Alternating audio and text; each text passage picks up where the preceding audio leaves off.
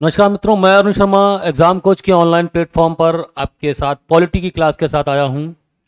और ये जो हमारी श्रृंखला चल रही है, जो हमारी सीरीज चल रही है, ये चल रही है यूपी ट्रिपल एससी का पीईटी एग्ज़ाम को ध्यान में रखते हुए। अभी तक हम चीज़ों पे चर्चा कर रहे थे, हम उन प्रश्नों के उन महत्वपूर्ण बिंदुओं को चर्चा कर रहे थे कि जिससे कम समय में आप राज्य व्यवस्था यानी पॉलिटी या संविधान के जो टॉपिक्स हैं उन्हें कवर कर लें और एग्जाम में वो आपके प्रश्नों को आसानी से सॉल्व करने में आपकी मदद करें। तो अभी ये सीरीज चली रही हमारी, लगभग इसमें 2 क्लासेस हो चुकी हैं। आज जो मैं आपके सामने लेके आया हूं, देखिए आपके जो एग्जाम का पैटर्न है उस पैटर्न के हिसाब से आर्टिकल से, भाग से, अनुसूचियों से और संविधान संशोधन से यहां से प्रश्न बहुत ज्यादा बनते हैं। सीधा सीधा प्रश्न आता है कि निम्नलिखित में से कौन से भाग से क्या संबंधित है या किस आर्टिकल में क्या चीज दी गई है। तो इन चीजों को एग्जाम में बहुत पूछा जाता है। तो हम आपके पास जो आज क्लास है इसमें संविधान के महत्वपूर्ण अनुच्छेद और महत्वपूर्ण भाग लेकर आए हैं जो लगभग सभी एग्जामों में पूछे जा चुके हैं या पूछे जाने की संभावना है। और ऐसे प्रश्न आपके एग्जाम में जरूर आते हैं। तो आप इस सीरीज को बिल्कुल ध्यान से देखिए और यहां पर जो चीजें दी गई हैं उन्हें बिल्कुल ध्यान रखिएगा। तो संविधान के महत्वपूर्ण भाग, भारतीय संविधान में कितने भाग हैं, सबसे पहले तो इस बात को जानिए। भारतीय संविधान में भागों की संख्या जो है वो है 22। कितने भाग हैं? 22 भाग हैं। और 22 भाग संविधान, मूल संविधान जब बना तब भी थे और आज भी 22 भाग हैं। परंतु यहां पर एक दिक्कत ये आती है कि जो खंड करके जोड़े गए हैं बाद में, जैसे 4 का आदि करके जो जोड़े गए हैं, इनको जब हम काउंट कर लेते हैं नंबर के रूप में, तब भागों की संख्या 25 हो जाती है। लेकिन अंतिम संख्या के रूप में जो संविधान में अंकित है वो है भाग 22 ही। अंतिम संख्या के रूप में भाग 22 ही है। लेकिन गणना के आधार पर अगर देखोगे, काउंटिंग के आधार पर देखोगे तो 25 हो जाती है। इतनी बात क्लियर हुई? चलिए अब आगे इन चीजों को देखिए। तो इस चीज को आप ध्यान, अगर एग्जाम में प्रश्न आता है कि भागों की संख्या कितनी है और ऑप्शन में 25 और 22 है, तो आपको 22 ही टिक करना है क्योंकि 22 ही सही माना जाएगा। चलिए, तो 22 भाग हैं। तो धीरे धीरे सारे भागों पर हम चर्चा करते हैं एग्जाम में जो पूछे गए हैं। सबसे पहले भाग 1, भाग 1 संघ और उसका राज्य क्षेत्र, यूनियन एंड इट्स टेरिटरी। भाग 1 सबसे पहले है भाग 1, संघ और उसका राज्य क्षेत्र।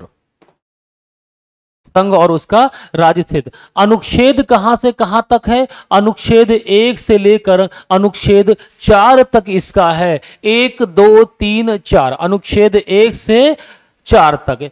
इसमें, इस वाले भाग में भारत का नाम बताया गया है कि इंडिया जो कि भारत है, उसके राज्य क्षेत्र के बारे में बताया गया है कि उसके पास राज्यों का क्षेत्र, संघ शासित राज्यों का क्षेत्र और वे क्षेत्र जिन्हें कभी भी वो अर्जित कर सकता है, ये उसके पास क्षेत्र हैं।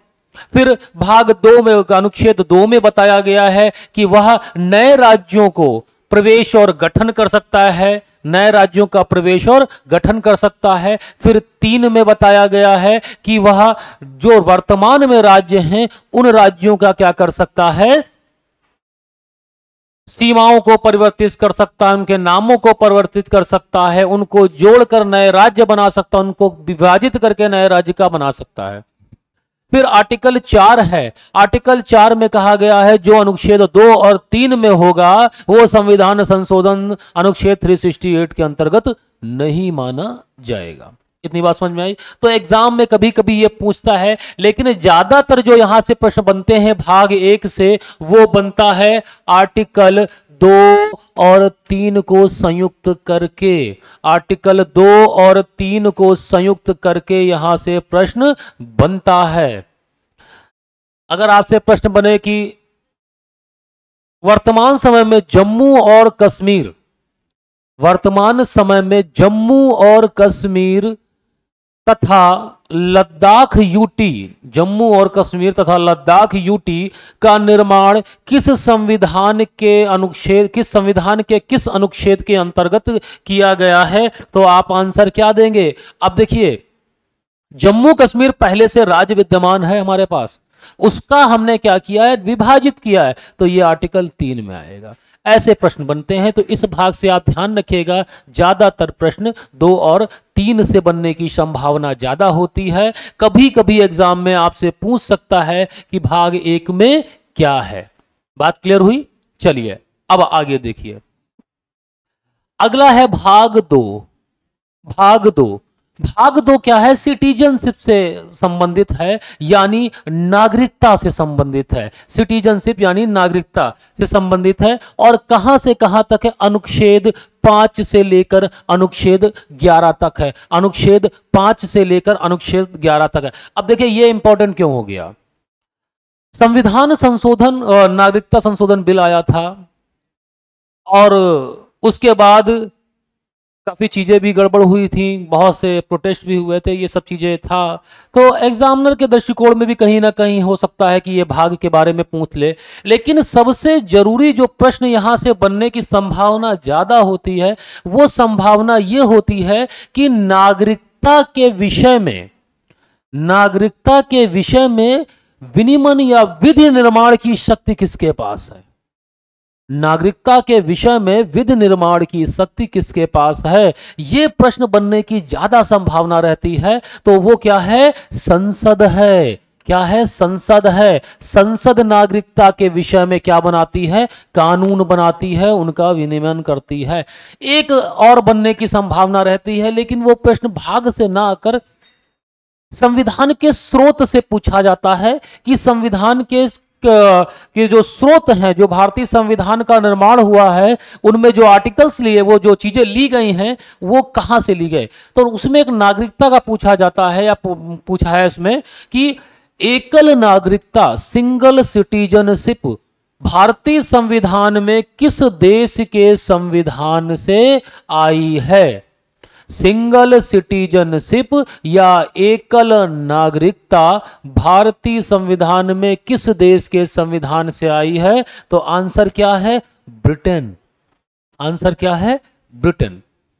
चलिए अब आगे देखिए, भाग 3 मूल अधिकार। ये बहुत इंपॉर्टेंट है बच्चा, एग्जाम में पूछा जाता है।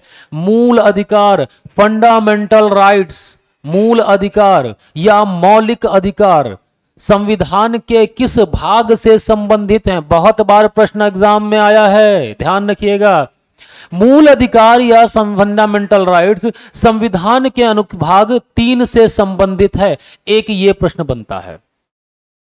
फिर स्रोत पूछता है इसमें कि मूल अधिकार भारतीय संविधान में किस देश के संविधान से आए हैं? संयुक्त राज्य अमेरिका, स्रोत हो गया। फिर आपसे प्रश्न पूछता है कि मूल अधिकार संविधान में किस अनुच्छेद से लेकर किस अनुच्छेद तक हैं? 12 से 35 तक हैं। फिर इसमें कैसे प्रश्न बनते हैं? अब इसमें जो प्रश्न बनते हैं भाग 3 में, वो आपसे सीधा सीधा आर्टिकल, अस्पष्टता का अंत किस अनुच्छेद में है? उपाधियों का अंत किस अनुच्छेद में है? वाक एवं अभिव्यक्ति की स्वतंत्रता किस अनुच्छेद में है? धार्मिक स्वतंत्रता किस अनुच्छेद में है? संवैधानिक उपचार किस अनुच्छेद में?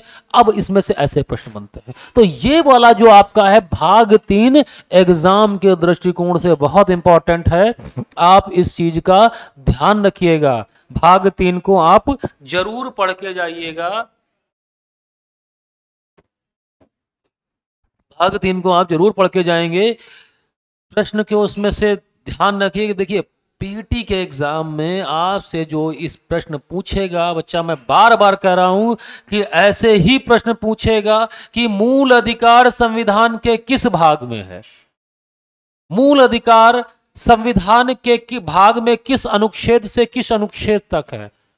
फिर मूल अधिकारों के नाम पूछ लेगा, स्वतंत्रता का अधिकार किस अनुच्छेद से किस अनुच्छेद तक है?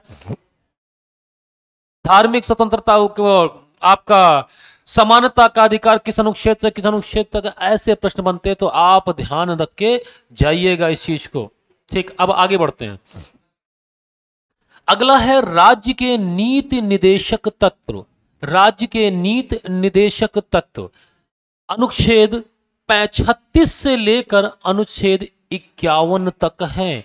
राज्य के नीति निदेशक तत्व अनुच्छेद 36 से लेकर 51 तक है।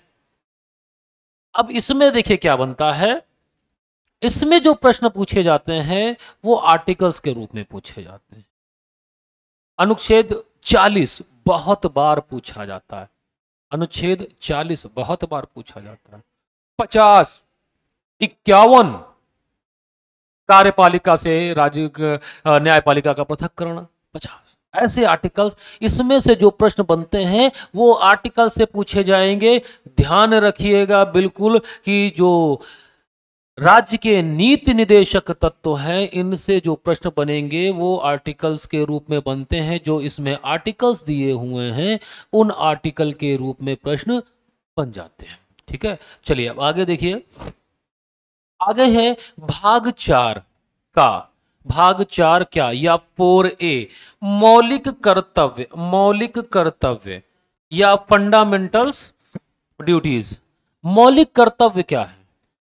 मौलिक कर्तव्य एक जिम्मेदारी है नागरिकों की कि उसके क्या कर्तव्य हैं, उन कर्तव्यों के बारे में बताया। इसे स्वर्ण सिंह समिति द्वारा भारतीय संविधान में जोड़ा गया। ये भारतीय संविधान में नहीं था, 42वें संविधान संशोधन द्वारा इसे भारतीय संविधान में जोड़ा गया। तो यहां से जो प्रश्न बनता है, जो प्रश्न आया है वो ये आता है, कौन सा आर्टिकल है 51 का 51A। कौन सा आर्टिकल है 51 का 51A? क्या है? मूल कर्तव्य या मौलिक कर्तव्य या फंडामेंटल ड्यूटीज। बात समझ में आ रही है? किस समिति के द्वारा जोड़ा गया? स्वर्ण सिंह समिति द्वारा। कौन सा संविधान संशोधन था? 42वां संविधान संशोधन। तो ऐसे प्रश्न बनते हैं, इन चीजों का आप एग्जाम में ध्यान रखेंगे। तो यहां से आपका ये जो है बहुत इंपॉर्टेंट है, ये भी कई बार एग्जाम में आया। ये आर्टिकल आपको बहुत बार एग्जाम में देखने को मिला है, आप इसे ध्यान रखिएगा। और सबसे ज्यादा जो इस स्लाइड में इंपॉर्टेंट है वो है मूल अधिकार भाग 3। यहां से निश्चित तौर पे प्रश्न एक मिल जाता है एग्जामों में, क्योंकि मूल अधिकारों पे एग्जामिनर की हमेशा नजर रहती है। क्योंकि वर्तमान में कोई ना कोई ऐसी घटना घटती जरूर है देश में जिसका सीधा सीधा जो जुड़ाव है वो मूल अधिकारों से, चाहे वो न्यायिक पूर्वालोकन हो, चाहे वाक एवं अभिव्यक्ति की स्वतंत्रता हो। ऐसी बात समझ में आ रही है? चलिए आगे बढ़ते हैं।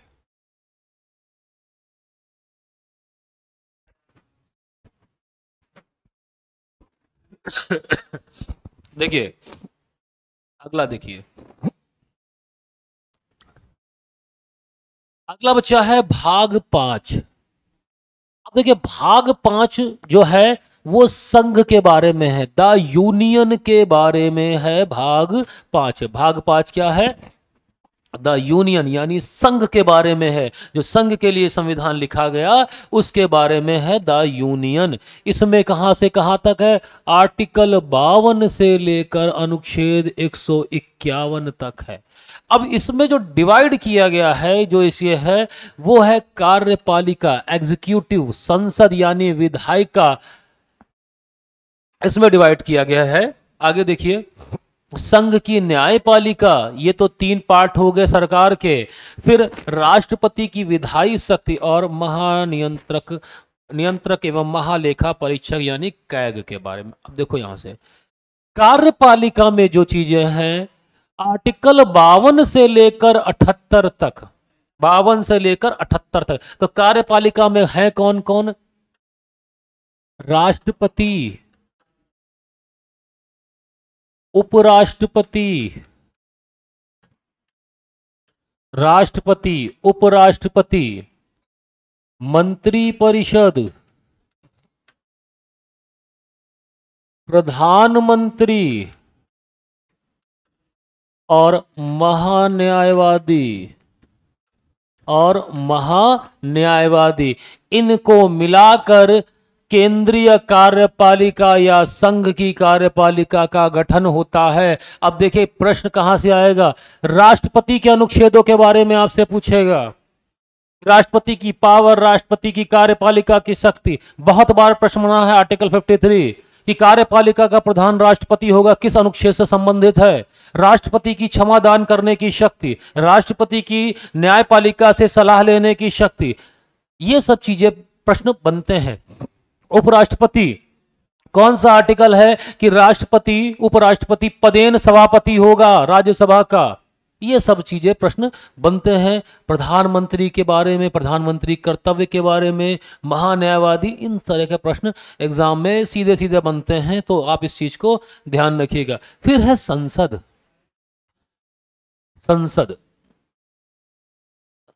या विधायिका। देखिए संसद की बात करें तो जो संसद हमारे पास है,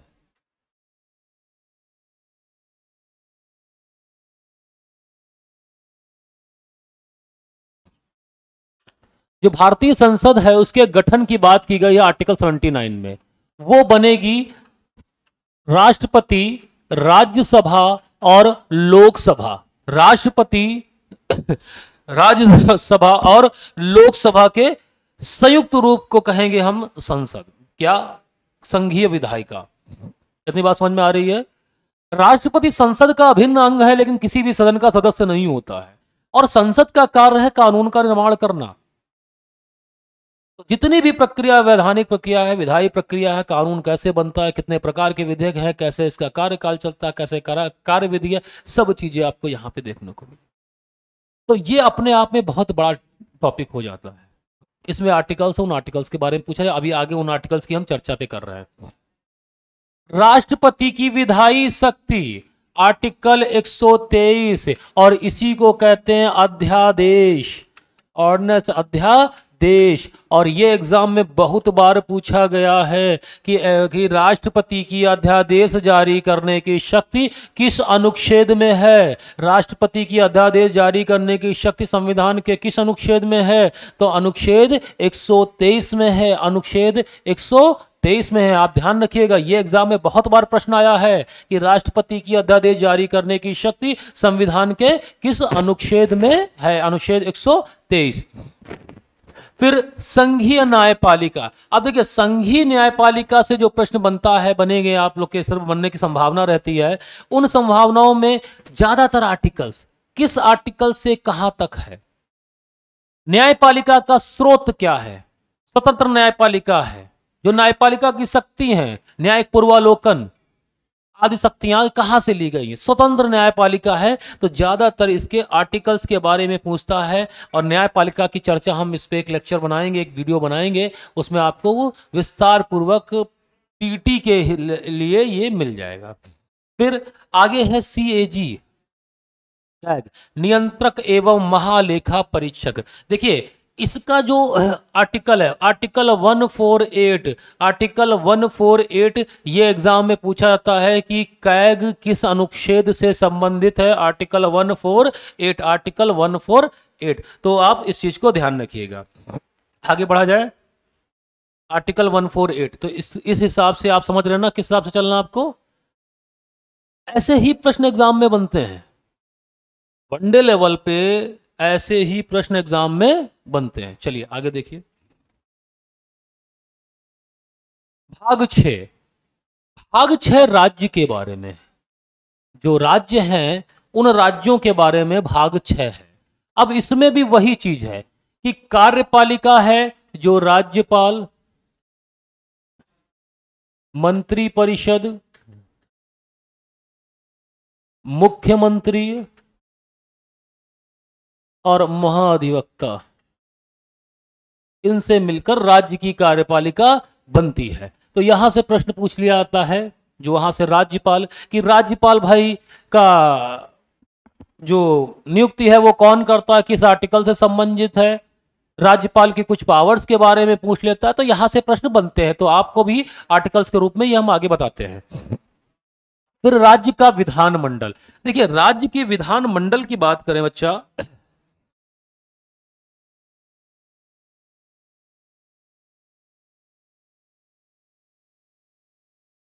राज्य के विधान मंडल की बात करो तो यहां पर क्या है, एक है एक सदनीय, एक सदनीय, यहां पर एक सदन होगा, एक है द्विसदनीय, एक है द्विसदनीय। द्विसदन में आपके, सॉरी, द्विसदन में आपके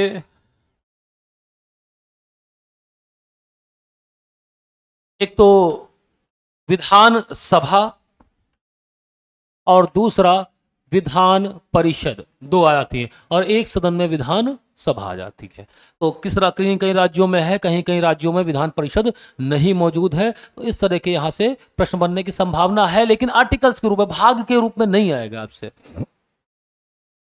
राज्यपाल की विधायी शक्ति बहुत इंपॉर्टेंट है, एग्जाम में बहुत बार पूछा गया है, एग्जाम में बहुत बार पूछा गया है। क्या है राज्यपाल की विधायी शक्ति? आर्टिकल देखो 213, 213, और इसी को कहा जाता है राज्यपाल की अध्यादेश जारी करने की शक्ति। राज्यपाल की अध्यादेश जारी करने की शक्ति, इसी को कहा जाता है राज्यपाल की अध्यादेश जारी करने की शक्ति। फिर राज्य के उच्च न्यायालय, राज्य के उच्च न्यायालय 214, राज्य के उच्च न्यायालय, तो इनको आप ध्यान में रखिएगा। फिर अधीनस्थ न्यायालय, अधीनस्थ न्यायालय।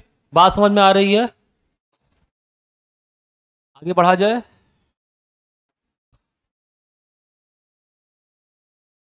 देखिए भाग 8, संघ और उसका राज्य क्षेत्र। पूछा जाता है कि संघ यानी और उसका संघ राज्य क्षेत्र, सॉरी संघ और राज्य क्षेत्र नहीं है, संघ राज्य थे, यानी यूनियन टेरिटरी, यूटीज, जो हमारे यूनियन टेरिटरी हैं, जो राष्ट्रपति का क्षेत्र है, जिसमें लेफ्टिनेंट गवर्नर होता है उसका प्रमुख, तो ये क्षेत्र किस भाग से संबंधित है? तो वो भाग कौन सा है? भाग 8। कौन सा है? भाग 8। आप ध्यान रखिएगा, भाग 8। और अगला है पंचायतीय राज। किस, देखिए पंचायती राज से प्रश्न तो जरूर आता है कहीं ना कहीं हर एग्जाम में, चाहे वो आर्टिकल 40 से आ जाए या कहीं यहां भाग 9 से आ जाए, प्रश्न आ जाता है। तो इसको आप बिल्कुल ध्यान में रखिएगा। भाग 9 पूछा जाता है कि पंचायतीय राज संविधान के किस भाग से संबंधित है? तो भाग 9। या पूछें आपसे कि स्थानीय सरकार, लोकल गवर्नमेंट किस भाग से संबंधित है, तब भी आंसर भाग 9 ही होगा। बात समझ में आ रही है? देखिए इससे जोड़ा गया था 73वें संविधान संशोधन। कई बार एग्जाम में पूछा गया है कि पंचायती राज को संवैधानिक दर्जा किस अनुच्छेद के, किस संविधान संशोधन से दिया गया। तो ये आप ध्यान रखेंगे, बिल्कुल आप यह दिमाग में रखिए आप कि 73वां संविधान संशोधन है। अनुसूची पूछी जाती है, 11वीं अनुसूची है, तो पंचायती राज से देखिए आर्टिकल 40 भाग 9 संविधान संशोधन और अनुसूची, ये प्रश्न इस वाले पंचायती राज से बने हैं, एग्जाम में बार बार बने हैं, बिल्कुल ध्यान रखिएगा। उम्र पूछी जाती, सबसे कम उम्र है 21 वर्ष उम्र है उम्मीदवार की, और महिलाओं को आरक्षण भी केवल इसी में है। तो ये चीज आप ध्यान रखेंगे कि पंचायती राज से प्रश्न बनते हैं बार बार, तो आप इस चीज को ध्यान रखिएगा। फिर है 9 का नगर पालिकाएं।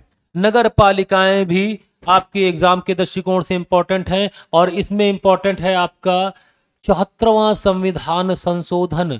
प्रश्न बनता है किस संविधान संशोधन द्वारा नगर पालिकाओं को संवैधानिक दर्जा दिया गया? किस संविधान संशोधन द्वारा नगर पालिकाओं को संवैधानिक दर्जा दिया गया? तो वो था 74वां संविधान संशोधन। कौन सा? 74वां संविधान संशोधन 1992। बिल्कुल ध्यान में रखिएगा इस चीज को। फिर सहकारी समितियां, सहकारी समितियां 9 खा, ये अभी तक किसी एग्जाम में लगभग एक दो में देखने को मिला, लेकिन ज्यादा इसकी फ्रीक्वेंसी नहीं मिली है, फिर भी हमने इसको इसमें रख दिया कि बाई चांस पूछ दिया जाए। तो ये 97 संविधान संशोधन द्वारा इसको जोड़ा गया। तो बच्चा इसमें ये दोनों आप बहुत ध्यान रखेंगे, और खासकर पंचायतें, एग्जाम में प्रश्न बने हैं। बार बार मैं कह रहा हूं कि पंचायती राज को आप बिल्कुल दिमाग में रखिए। पंचायती राज पूछा जा गया है और बार बार पंचायती राज एग्जाम में पूछा जाता है। चलिए, यहां तक समझ में आया? कोई दिक्कत? आगे बढ़ा जाए। चलिए, देखिए भाग 10 एससी और एसटी क्षेत्र। भाग 10 में अनुसूचित जाति और अनुसूचित जनजाति का जो क्षेत्र है वो भाग 10 में है। और राष्ट्रपति का इसमें बहुत महत्वपूर्ण रोल होता है अनुसूचित क्षेत्र और अनुसूचित जनजातीय क्षेत्र के बारे में। हमारी संविधान की अनुसूचियां भी इससे संबंधित है। तो आप इस चीज को अनुसूची के रूप में ध्यान रखेंगे कि अनुसूचित जनजाति क्षेत्र और अनुसूचित जाति क्षेत्र का जो प्रशासन है उस क्षेत्र, उस चीज को आप ध्यान में रखेंगे। ये अनुसूची से जहां से बनने की संभावना ज्यादा रहती है। ठीक है, फिर है संघ और राज्य के बीच में संबंध। संघ और राज्यों के बीच में संबंध, वित्तीय संबंध, प्रशासनिक संबंध, ये सब चीजें इसमें है। भाग 14 है संघ और राज्यों के मध्य अधीनस्थ सेवाएं। अधीनस्थ सेवाएं, इसमें आप ध्यान रखेंगे यूपीएससी, संघ लोक सेवा आयोग, संघ लोक सेवा आयोग, इस चीज को आप ध्यान रखेंगे। यहां से प्रश्न कभी कभार बन जाता है। फिर ये देखिए यहां पे है लोक सेवा आयोग है 315 से 323 तक, तो आप इसको ध्यान में रखेंगे। फिर है अधिकरण ट्रिब्यूनल, इसको 14 का 14 का कहां से कहां तक है 323। किस संविधान संशोधन द्वारा जोड़ा गया? 42वें संविधान संशोधन 1976। 42वें संविधान संशोधन 1976 द्वारा अधिकरण जोड़ा गया। देखिए ये 400 आपके 22 भाग हैं। 22 भाग में यहाँ पर जिन चीज़ों को हम टिक करा रहे हैं, आप जब प्रीवियस ईयर सेट देखेंगे वनडे एग्ज़ाम के, और एक नहीं कई एग्ज़ामों के देखिए, तो उन एग्ज़ामों में यहाँ से प्रश्न आपको मिलेंगे। ये काफ़ी एनालिसिस करने के बाद हमारी टीम और हमारे द्वारा ये तैयार किया गया है और आप लोग की सुविधा के लिए। तो यहाँ से प्रश्न आपको निश्चित और रामबाण है एकदम। पॉलिटी में अनुच्छेद और भाग के लिए रामबाण है ये। हम ये गारंटी नहीं लेते कि सारे आर्टिकल या सारे भाग आएंगे तो यहीं से आ जाएंगे, लेकिन इतनी गारंटी लेते अगर 2, अगर 3 आए तो 2 यहीं से आएंगे, अगर 10 आए तो 9 यहीं से आर्टिकल आएंगे या भाग आएंगे। इतनी गारंटी हम लेते हैं, आएंगे, जरूर आएंगे यहाँ से, क्योंकि चीज़ें एनालिसिस के बाद बनी है, तो आप लोग को इसमें फायदा मिलेगा। ठीक है, आगे बढ़ते हैं।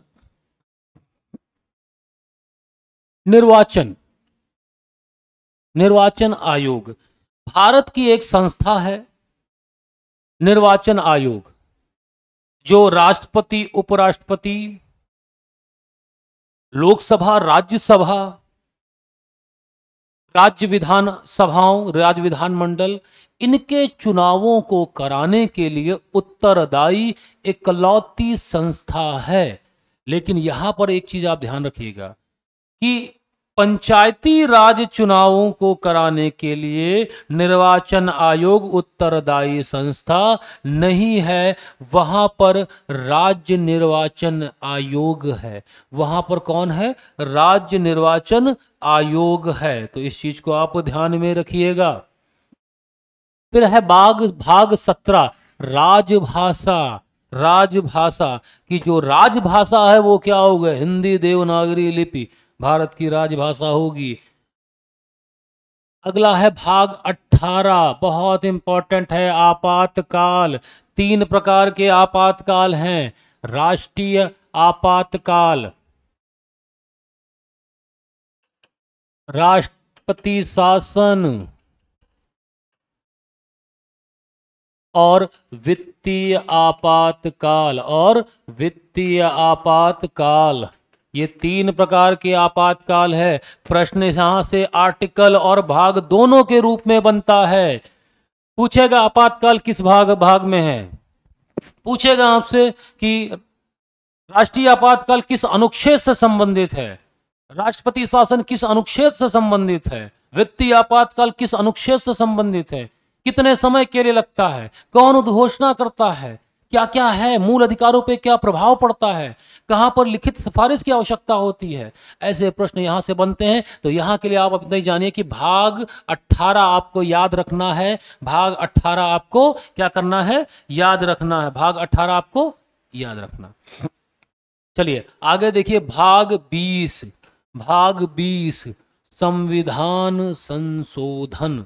संविधान संशोधन बहुत बार पूछा गया है। अनुच्छेद 368, अनुच्छेद 368 ये चीज है यहाँ पर कि संविधान संशोधन किस भाग से संबंधित है और किस अनुच्छेद से। अनुच्छेद 368 और भाग कौन सा है, 20। अब देखिए एग्जामिनर यहाँ पर या जो पेपर बनते हैं, प्रश्न कितने नए लाओगे, प्रश्न कितने नए लाओगे भाई, उसकी भी एक लिमिट है। तो उन्हीं प्रश्नों को रिपीट करना और उन्हें नया स्वरूप देना, ये चलता है। तो यहां पर एग्जामिनर क्या करता है, जो कई स्टेट में, जो अपने यूपी स्टेट में जो पेपर देखने को मिले हैं, उसमें कुछ एग्जामों में इस चीज को देखने को मिला है कि वहां पर उसने संख्या के स्थान पर रोमन वर्ड संख्या का इस्तेमाल किया है, रोमन संख्या का इस्तेमाल किया है। जो अंक है हमारे, जिसे भाग 20 लिखा हुआ है, तो 20 के स्थान पे जो अंक है यहां पर उसने रोमन अंक का इस्तेमाल किया है। अब आपने अगर रोमन अंक में ध्यान नहीं दिया तो ये आपके लिए गड़बड़ कर जाएगा। तो आप इस चीज को आप ध्यान रखिएगा, आता हुआ गलत हो जाता है।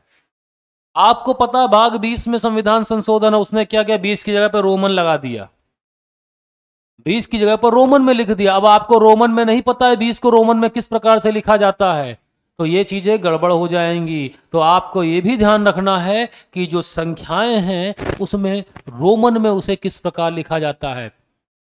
जब हम इसको टेलीग्राम पे पीडीएफ डलवाएंगे तो उसमें हम इसमें रोमन में भी इसको ऐड करा देंगे। एग्जाम कोच के टेलीग्राम चैनल पर आपको इसकी पीडीएफ अवेलेबल हो जाएगी और यहाँ पर हम आपको रोमन में भी इसको ऐड करवा देंगे ताकि आपको कोई भी समस्या का सामना ना करना पड़े। बिल्कुल ध्यान रखें, एग्जामिनर यहाँ पर दिमागी खेल खेलता है कि उसे पता है कि आपको भाग पता है, लेकिन उसे इस बात की भी जानकारी है कि ज़्यादातर बच्चे रोमन में चीज़ें नहीं देखेंगे। और यहाँ पर वो क्या करता है, खासकर यूपी के पेपरों में वो यहाँ पर रोमन में लिख देता है।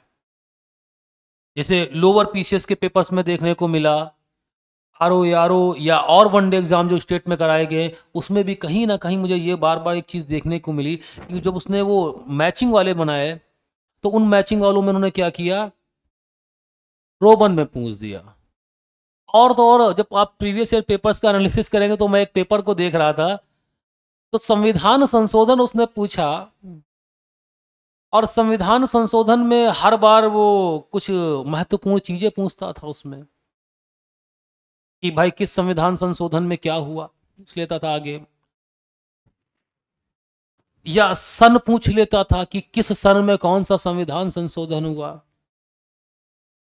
प्रश्न वही थे, संविधान संशोधन से प्रश्न आया, लेकिन अंतर क्या था कि इस बार ना तो उसने उसमें महत्वपूर्ण जो परिवर्तन हुआ उसके बारे में पूछा, ना तो ये पूछा कि वह किस सन में हुआ, उसने पूछा किस अनुच्छेद में संशोधन। एग्जामिनर ने पूछा किस अनुच्छेद में संशोधन, इस संविधान संशोधन द्वारा किस अनुच्छेद में संशोधन हुआ। तो यहां पे फिर दिक्कत हो गई, क्योंकि आप तो ये पढ़ के गए थे कि इस अनुच्छेद, इस संविधान संशोधन में ये बात हुई या ये संविधान संशोधन इस सन में हुआ। उसी प्रकार मैं फिर कह रहा हूं, ध्यान में रखिएगा, एग्जामिनर संख्या को रोमन में भी पूछ सकता है क्योंकि उसने पूछा है। तो आपको कहीं से भी कोई समस्या का सामना ना करना पड़े, तो दोनों चीजें ध्यान में रखिएगा। चलिए अब आगे बढ़ते हैं। तो ये हमारे महत्वपूर्ण बच्चा भाग थे जो संविधान में पूछे गए हैं, बार बार पूछे गए हैं। खासकर भाग 20 आपका कई बार एग्जाम में पूछा गया, भाग 18 आपका कई बार पूछा गया, भाग 15 पूछा गया है।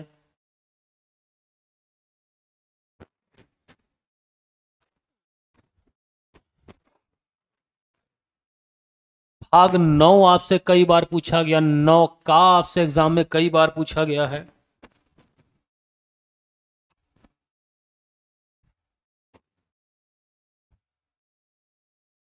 भाग 4 ए पूछा गया है, भाग 4 पूछा गया, भाग 3 पूछा गया है, 2 पूछा गया और 1 पूछा गया है। ये एग्जामों में बार बार पूछे गए हैं। बाकी भागों से डायरेक्ट भाग के बारे में नहीं पूछा है, लेकिन उनके अनुच्छेदों के बारे में उसने पूछा है। मेरी बात समझ में आ रही है?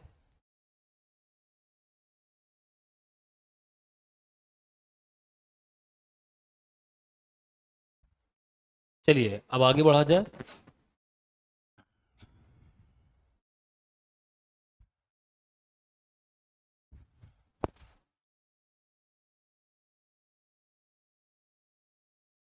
अब देखिए अगला जो हमारा टॉपिक है, इस पे हम चर्चा करेंगे अगली क्लास में, और महत्वपूर्ण अनुच्छेदों के बारे में जानेंगे। महत्वपूर्ण अनुच्छेद, महत्वपूर्ण भाग हो चुके हैं आपके, महत्वपूर्ण अनुच्छेदों के बारे में जानेंगे, और महत्वपूर्ण संविधान संशोधन और अनुसूचियां, इनके बारे में हम जानेंगे। तो अगली जो हमारी क्लास है उसमें हम महत्वपूर्ण अनुच्छेदों के बारे में जानते हैं। मिलते हैं अगली क्लास में। धन्यवाद।